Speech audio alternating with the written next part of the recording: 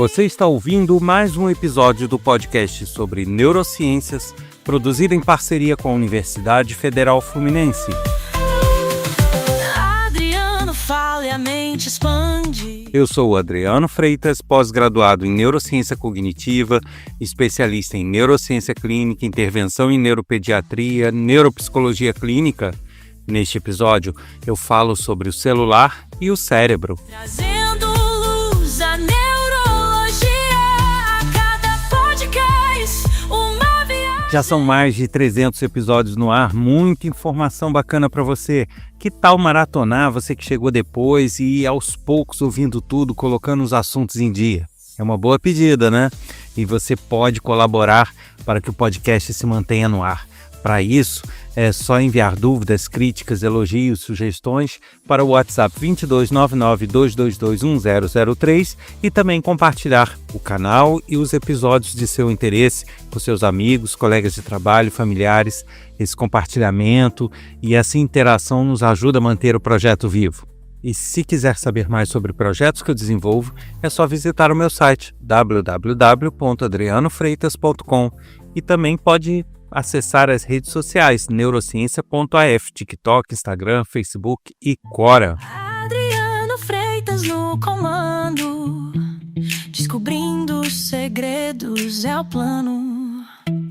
Neurônios dançam em sinfonia, as sinapses brilham, pura energia. Cada ideia é um clarão no escuro. E numa das turmas de cursos que eu ofereço de neurociências, apareceu o assunto celular.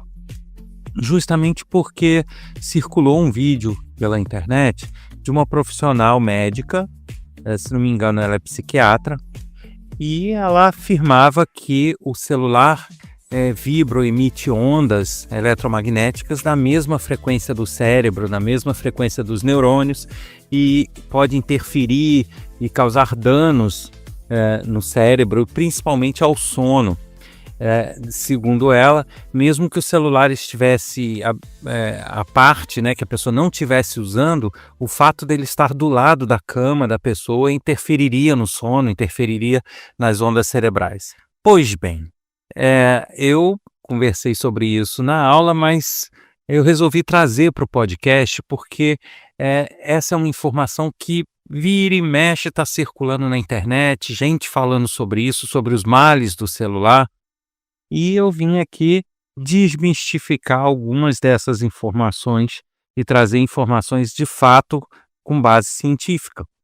Até porque eu me sinto confortável para falar desse assunto, porque eu sou profissional tanto de neurociências quanto de tecnologia, então eu posso falar sobre os dois pontos de vista. Mas para a gente começar a entender, né? Essa ideia de que o celular opera na mesma frequência do cérebro ou dos neurônios é mito, é falsa, não tem o menor respaldo científico e muito menos da física. Isso não ocorre. Os celulares, eles operam em ondas de rádio, que são as chamadas micro-ondas não ionizantes, que elas operam numa faixa aí de 800 MHz até 5 GHz. Dependendo do tipo de celular e da tecnologia, se é 3G, 4G, 5G e aí por aí vai. Já os neurônios, eles geram sinais elétricos que oscilam em faixa de hertz, não de megahertz ou de gigahertz, é simplesmente hertz, ou seja, 1000 vezes mais lentas, tipicamente 0,5 Hz até 200 Hz, dependendo do tipo de atividade que o nosso cérebro está fazendo. Então, essa diferença é de milhões de vezes em termos de frequência, ou seja, a frequência do celular é milhões de vezes maior do que a do cérebro. Já começa por aí, né? E essas ondas, elas não têm como interagir diretamente, né? Você não tem como fisicamente uma interferir na outra. Justamente porque são frequências muito distintas. E ainda que fossem próximas, elas não necessariamente causariam uma alteração estrutural no cérebro, alguma coisa desse tipo, de forma alguma. E uma outra coisa é que as ondas emitidas pelos celulares, elas são as chamadas não ionizantes. Isso significa que elas não têm energia suficiente para romper ligações químicas, alterar o DNA de ninguém, causar câncer em ninguém. Diferente, por exemplo, do raio-x ou da radiação gama, que são ionizantes, e essas sim podem causar danos biológicos diretos. Então, um raio-x e outros equipamentos que a gente até usa no dia a dia em alguns momentos, eles sim podem causar danos se utilizados em excesso, justamente pelo tipo de onda gerada. Já um celular não, é não ionizante, eles não têm esse impacto direto em meios biológicos, tá? E só para deixar claro, tá? Também não é exatamente a mesma frequência, mas as micro-ondas do celular são similares às micro-ondas daquele aparelho que a gente esquenta comida, né? A diferença também é a frequência e a potência. E qual é o princípio daquele aparelho de micro-ondas que aquece alimentos? Ele faz com que moléculas de água se atritem, se esfreguem uma na outra, se agitem. E ao gerar atrito, gera-se calor, por isso que aquece os alimentos, né? Então, o que as ondas de celular podem fazer é aumentar levemente a temperatura local. Tanto que se você fizer uma ligação muito demorada, você vai sentir sua orelha mais aquecida, né. Mas isso é da ordem aí de 1 grau, exagerando, talvez nem chegue a 1 grau propriamente. E que o corpo dissipa isso de uma forma tranquila, não vai causar queimadura nem dano a tecidos. Então realmente é uma coisa muito muito branda e realmente não tem essa interferência. Ainda mais se o celular estiver do lado da cama, né. Você dormindo na cama e o celular do lado, numa mesinha ou no chão, de forma alguma ele vai causar interferência em frequência cerebral e vai prejudicar as suas fases do sono. Isso é uma informação completamente equivocada e sem respaldo científico algum.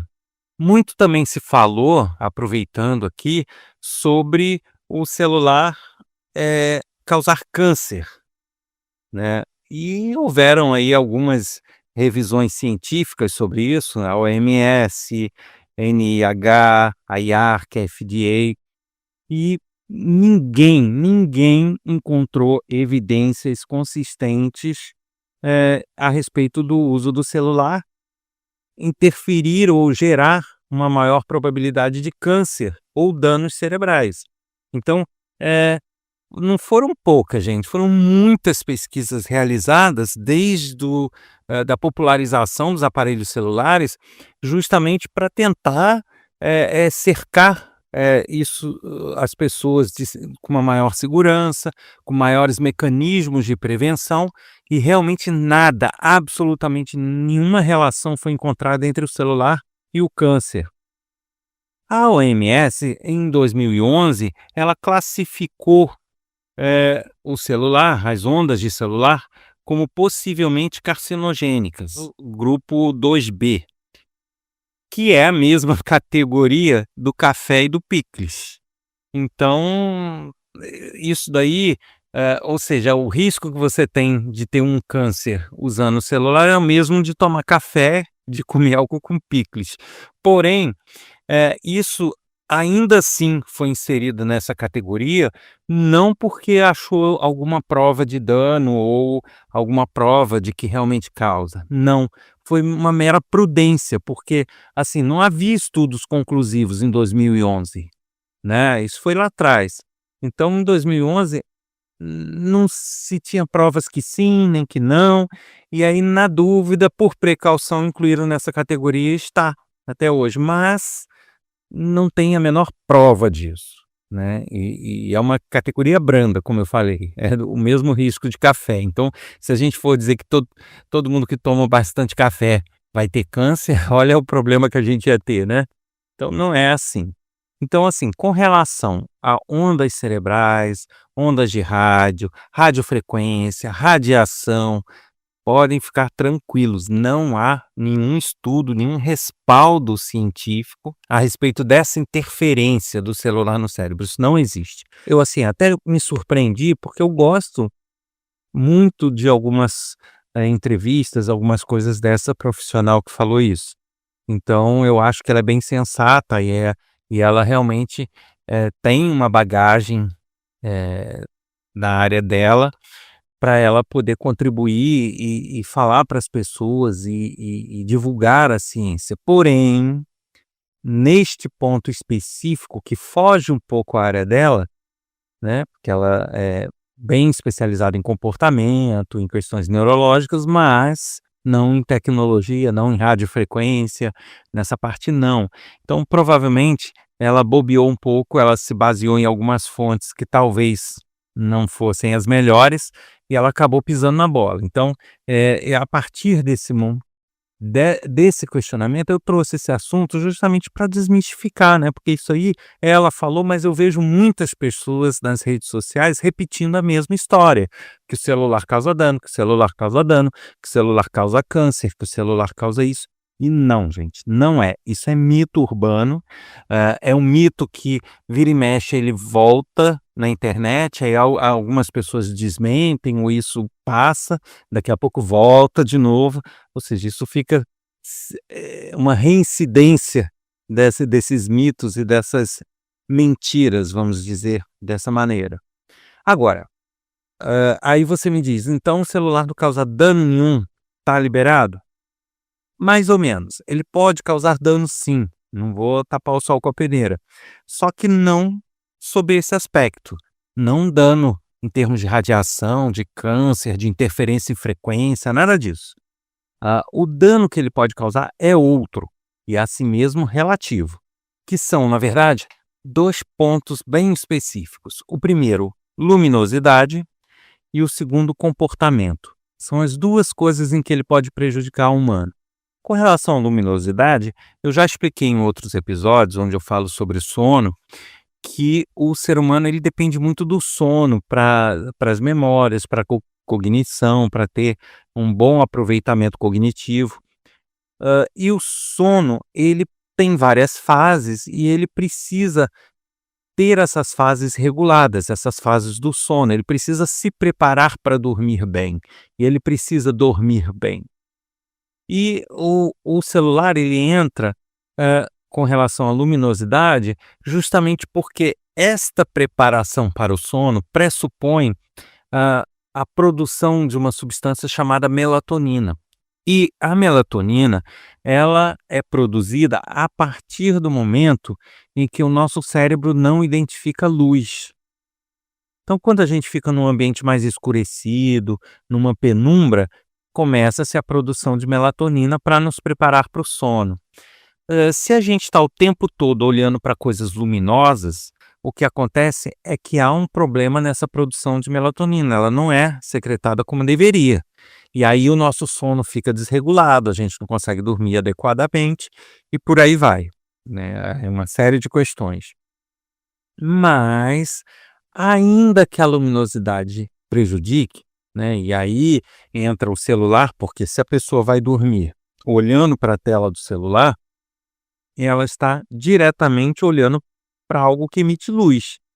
Então, a produção de melatonina dela é prejudicada, consequentemente, as fases do sono, consequentemente, toda a questão cognitiva envolvida pelo sono, né?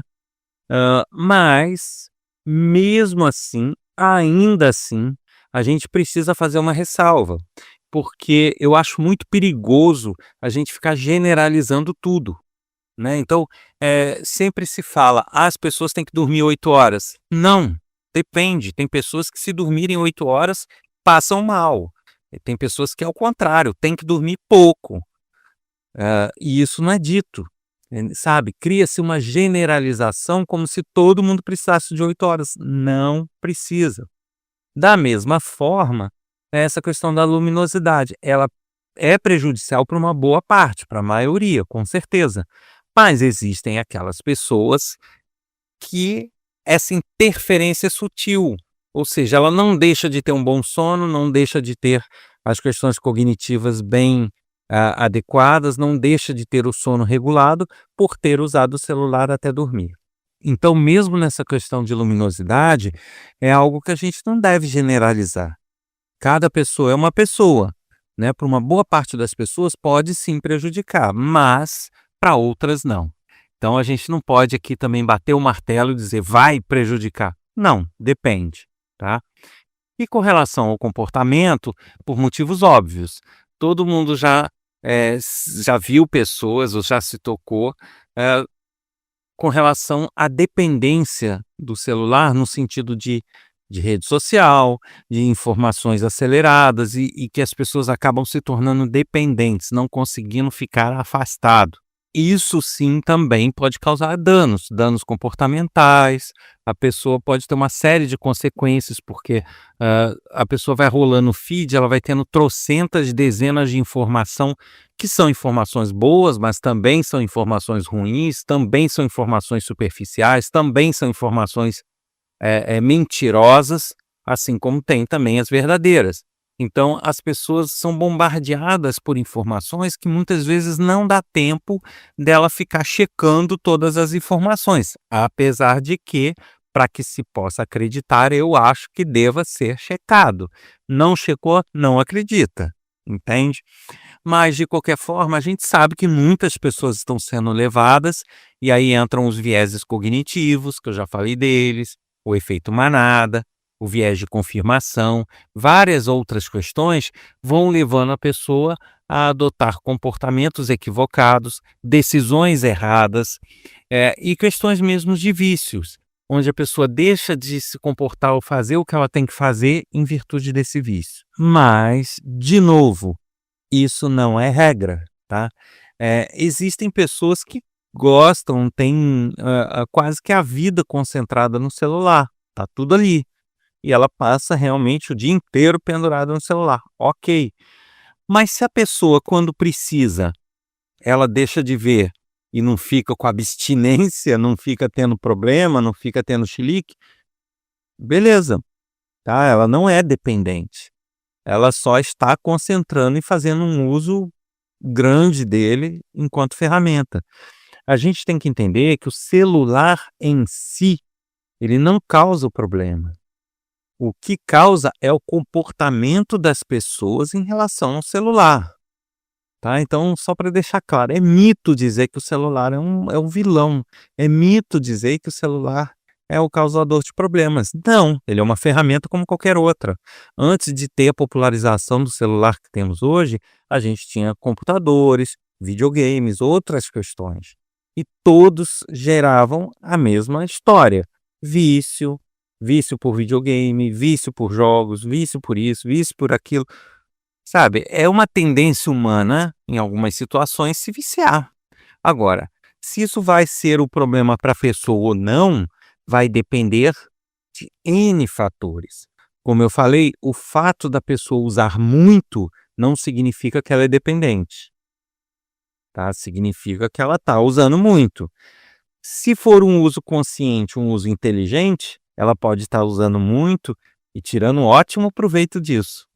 Agora, se o uso não for consciente, ela pode estar usando muito e se prejudicando.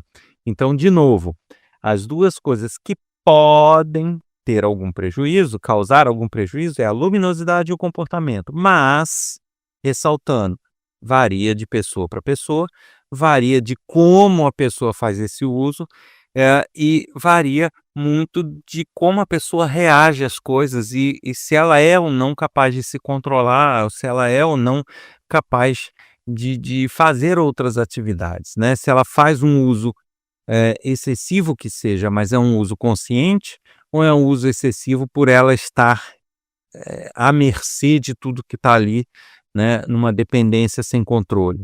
Então é isso que a gente precisa muito analisar. Deixando claro, então, que a gente não pode pegar uma ferramenta, quer seja um videogame, quer seja um celular, quer seja uma televisão, o que for. A gente não pode demonizar essa ferramenta como se ela fosse a causa de todos os nossos problemas. Nós temos problemas que são muito mais profundos do que a própria ferramenta. Então, o que a gente precisa é avaliar como é a nossa interação com essas ferramentas, né? Assim como se pega muitas vezes o celular como o vilão da história, poderia ser qualquer outra ferramenta, assim como existem várias outras ferramentas que causam problemas para as pessoas, né? O que a gente precisa é ter um olhar para a gente, né? Tudo bem, eu uso muito, tá, mas eu consigo me controlar ou eu estou perdendo o controle, né? Eu consigo deixar ele lá na mesa e fazer outra coisa e nem ver mensagem? Consigo, beleza. Agora, não consigo. Aí a gente precisa se cuidar. Então, muito mais do que tentar arrumar um culpado, que isso eu volto a repetir, porque eu também, muitas coisas aqui eu fico às vezes me repetindo, porque vale para vários aspectos. E nisso também, o ser humano ele tem uma grande tendência de caçar culpado, sabe? Nunca somos os culpados pelo que acontece com a gente, quando na verdade somos. Né? Nós temos o poder de decisão, nós podemos decidir, nós podemos agir, nós podemos procurar ajuda, nós podemos tudo. Mas é muito mais cômodo a gente ceder, a gente não se mover a buscar ajuda se a gente está precisando, a gente não se mover a tomar decisões acertadas e depois procurar qual é o vilão da vez e colocar a culpa nele. Isso é muito cômodo, muito fácil. Só que não é a solução. Então eu fico olhando às vezes especialistas, porque o celular isso, o celular aquilo, depende, meu amigo, depende, né? Eu já fico meio desconfiado quando um especialista fala isso, porque por mais que ele tenha vários atrativos, várias coisas, a gente tem o poder de desligar. A gente tem o poder de decidir o que a gente quer, o que a gente não quer. A gente tem o poder de nos informar e de agir conforme essas informações e tomar decisões de acordo com ela. Então a gente pode ter um uso excessivo consciente, a gente pode não ter, a gente pode decidir não agir, decidir não decidir, e aí não adianta depois querer caçar um culpado. Então é muito fácil, até para esses especialistas, dizer que a culpa é do celular, tudo é culpa do celular, quando na verdade não, a culpa é de quem faz uso do celular. Eu reconheço que em alguns casos a pessoa realmente perde o controle, mas nesses casos a pessoa ainda assim tem um controle de falar, eu preciso de ajuda e procurar essa ajuda, sabe? Não vai ser demonizando o aparelho que os problemas da pessoa vão ser resolvidos, pois se a pessoa já tem essa tendência, se não for o celular vai ser jogo, se não for o jogo vai ser cigarro, se não for cigarro vai ser outra coisa. Então, sabe, a pessoa precisa colocar a cabeça no lugar, tomar as decisões acertadas e entender que não são vilões que causam os problemas da vida dela, mas tudo começa com as próprias decisões. A mente é um labirinto sem fim. Em ondas cerebrais eu mergulho assim. Adriano Freitas no comando. Você ouviu mais um episódio do podcast sobre neurociências, produzido em parceria com a Universidade Federal Fluminense. Eu sou o Adriano Freitas, pós-graduado em neurociência cognitiva, especialista em neurociência clínica, neuropsicologia clínica e intervenção em neuropediatria. Nos ajude compartilhando o episódio, o canal com seus amigos, colegas de trabalho, familiares. Esse compartilhamento e audiência garantem a continuidade do projeto. E também nos inscreva. Mande sua mensagem para o WhatsApp 2299-222-1003 e envie sugestões, críticas, elogios. A gente está aqui querendo saber a sua opinião sobre o podcast. E eu te aguardo aqui no próximo episódio com mais um assunto bastante interessante. Até lá!